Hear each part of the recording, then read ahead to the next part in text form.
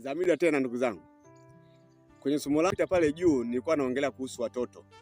Jinsi gani ya kuwafundisha watoto na jinsi gani ya kwenda nao ili watoto wazuri ambao angalau wanaweza kuelezeka na kufundishika. Kundi lile nilisema linahitaji kupendwa sana na linahitaji kufundishwa kwa maneno na kwa vitendo pia. Sasa kundi hili la tabia hizo za kufundishwa kwa maneno kwa vitendo pia linaanzia angalau miaka 3 linakwenda mpaka miaka 7. Lakini kuna hili kundi ambalo tuliongelea tena leo linaanzia miaka 18. Kipindi hiki chote ni kipindi hiki tunaita hawa ni watoto. Sasa utoto kwenda utu uzima ni kundi la vijana kutoka miaka 10 mpaka miaka 18. Kundi hili na limekosa watu wa kuwasemea. Mimi leo nakuja kwa staili hiyo. Naomba niwasemee watu hawa. Watu hawa wanapata mgogoro wa kinafsi kwa sababu wanapitia mambo na changamoto nyingi sana za kibiolojia. Kundi hili la kike na wa kiume wanapitia masuala ya kihisia, wanapitia mgogoro katika makuzi yao, katika mabadiliko ya kimwili. Hili linapitia mabadiliko ya kifikra, linapitia mabadiliko ya kihisia na vinacheo vya mwili. Yote haya yanakuja, wao sio kwamba wanapenda. Hapana, sio kwamba wanapenda. Yanakuja kwa sababu lazima wapite. Ila changamoto hizi zinatofautiana kutoka mtoto mwingine kwenda kijana mwingine. Haziwezi kufanana, lakini lazima kati ya hizo ambazo zinamsumbua huyu, basi huyu zitamsumbua zingine. Hawatoki ndani ya hiyo groove. Sasa ndio kipindi hiki ambacho kina mgogoro sana kati ya wazazi na hawa watoto. Ni wa kiume ni wa kike. Kuna mambo mengi sana ambayo wazazi, si ajabu inafika hatua mpaka mtoto unamchukia. Na unaona hana adabu kabisa. Tena unaona hafai hata kuwa nawe karibu nyumbani. Niwaambie tu kitu. Kipindi hiki sio kwamba wanafanya kwa makusudi. Lazima apite humu ili aende akawe mtu mzima.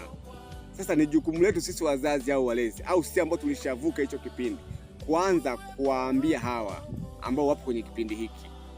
Kwa maana ya kwamba unamwambia hiki ni kibaya, hiki ni kizuri. Haijalishi ni kiburi anachokifanya, haijalishi hakusikii kwa kiasi gani.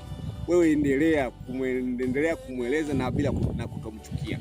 Kwa sababu ndio kipindi ambacho anataka ajaribu kila kitu ili aonekane na yeye ni baba. Anataka ajaribu kila kitu ili aonekane na yeye ni mama. Ndivyo wanavyofikiria wao.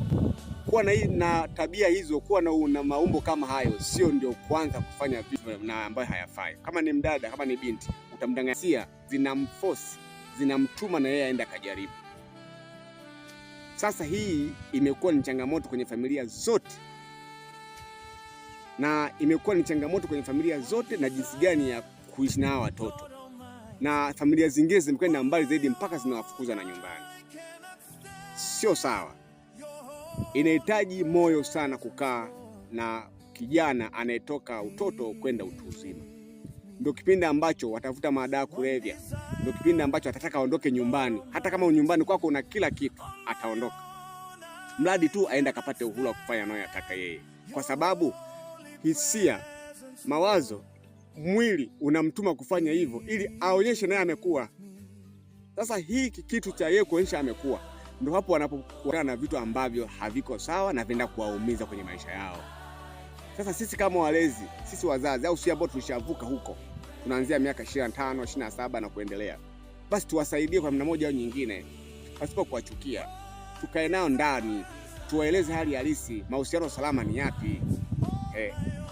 Tuwaeleze hali halisi kwamba kuvuta madawa kulevya yana changamoto gani, yana athari gani kwenye maisha yake na kwenye mwili wake kwa ujumla na kwenye akili yake. Tuwaambie pia makundi haya sio mazuri sana, makundi hatarishi ambayo wewe kama kijana utaki kupita. Unasema kila siku bila kuchoka. Brother, usichoke. Mama, usichoke kumfundisha binti kwa sababu kipindi hiki ni kigumu kwao. Sio kwamba wao wanapenda. Nielewe hiyo. Hawapendi kabisa. Utaona kama wanapenda kwa sababu wanakutendea wewe. Utaona kama wanakiburi kwa sababu unaona wanafanya kiburi. No. Ni vichocheo vya mwili kibiolojia vinakwenda kuwa katika mgogoro yenyewe kwa vyenyewe. Kwa hiyo sasa usipoangalia unaenda kumharibu, kwa sababu unaenda kuwa mkali na kumfukuza nyumbani kabisa.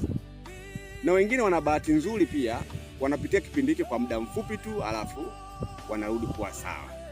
Kwa mimi nitoe tu rai wazazi na ambao tuko watu wazima, tunajua tumeshapita kwenye vipindi hivi, basi tuwasaidie vijana wetu kuanzia sasa hivi, tuwasaidie, tuwasogeze karibu, tuwaeleze hali halisi kwamba kule nje sio sawa, kwa sababu madhara ya kutowaambia, madhara ya kutowalea vizuri, ya kutowaeleza kila siku, ataenda kufundishwa nje negativity. Akifundishwa kule nje, brother, mama, kama binti yako ataenda kufundishwa nje, wewe ulichelewa kumfundisha ndani, usiombe akutane mafundisho ambayo sio mazuri, alafu wewe ndio unakuja kuanza kumfundisha. Hawezi kukuelewa kwa sababu kule nje tayari alishafundishwa. Ubahatike tu na umshukuru Mungu pale ambapo atakutana na marafiki wazuri, watamfundisha mazuri. Lakini endapo atakutana na makundilika ambayo sio mazuri, wakamfundisha ambapo sio vizuri, alafu unakuja kushtuka wewe unaanza kufundisha leo, hawezi kukuelewa. Utamchukia mtoto, utamfukuza nyumbani, na ataona sawa, kwa sababu hataona haki ya maneno yako, kwa sababu yalishatangulia mengine ambayo hayakuwa mazuri kwenye jamii na kwako wewe mzazi, lakini kwake yeye anaona ni mazuri.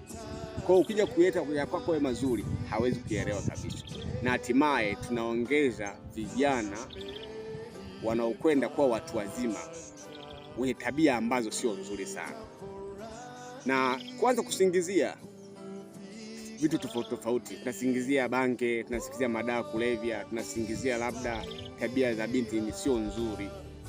Kumbe hapa mwanzo tulikuwa tunaogopa kuwaweka kiti na kuwashauri na bila kukata tamaa. Nikwambie tu mzazi, mlezi, au wewe uliyevuka kundi hili linapitia wakati mgumu sana. Tulipende, tulisogeze karibu, tusikate tamaa na tabia zao ndogo ndogo kwa ajili ya mabadiliko ya kihisia, mabadiliko ya kibiolojia, mabadiliko ya kimwili. Wana misukumo kimakuzi, lazima wapite kwenye hii hali. Kwa wewe mzazi, au wewe mama, baba, au wewe ambao ushapita, basi tuwasaidie bila kuwachukia. Tuwasaidie karibu. Of course ni kazi sana, kwa sababu watu hawa wanarudia. Na usipoangalia mnakwenda kuchukizana nao. Unachukizana na mtoto wako na binti yako au mdogo wako, ni kwa sababu anapita kipindi. Niwaombe basi tuwasogeze karibu, tuwe wavumilivu, tuishi nao kwa kuwafundisha kila siku bila kukata tamaa. Asanteni sana brother, mama, kaka ambao umeshavuka lika hili, chukua hii itakusaidia. Asanteni sana.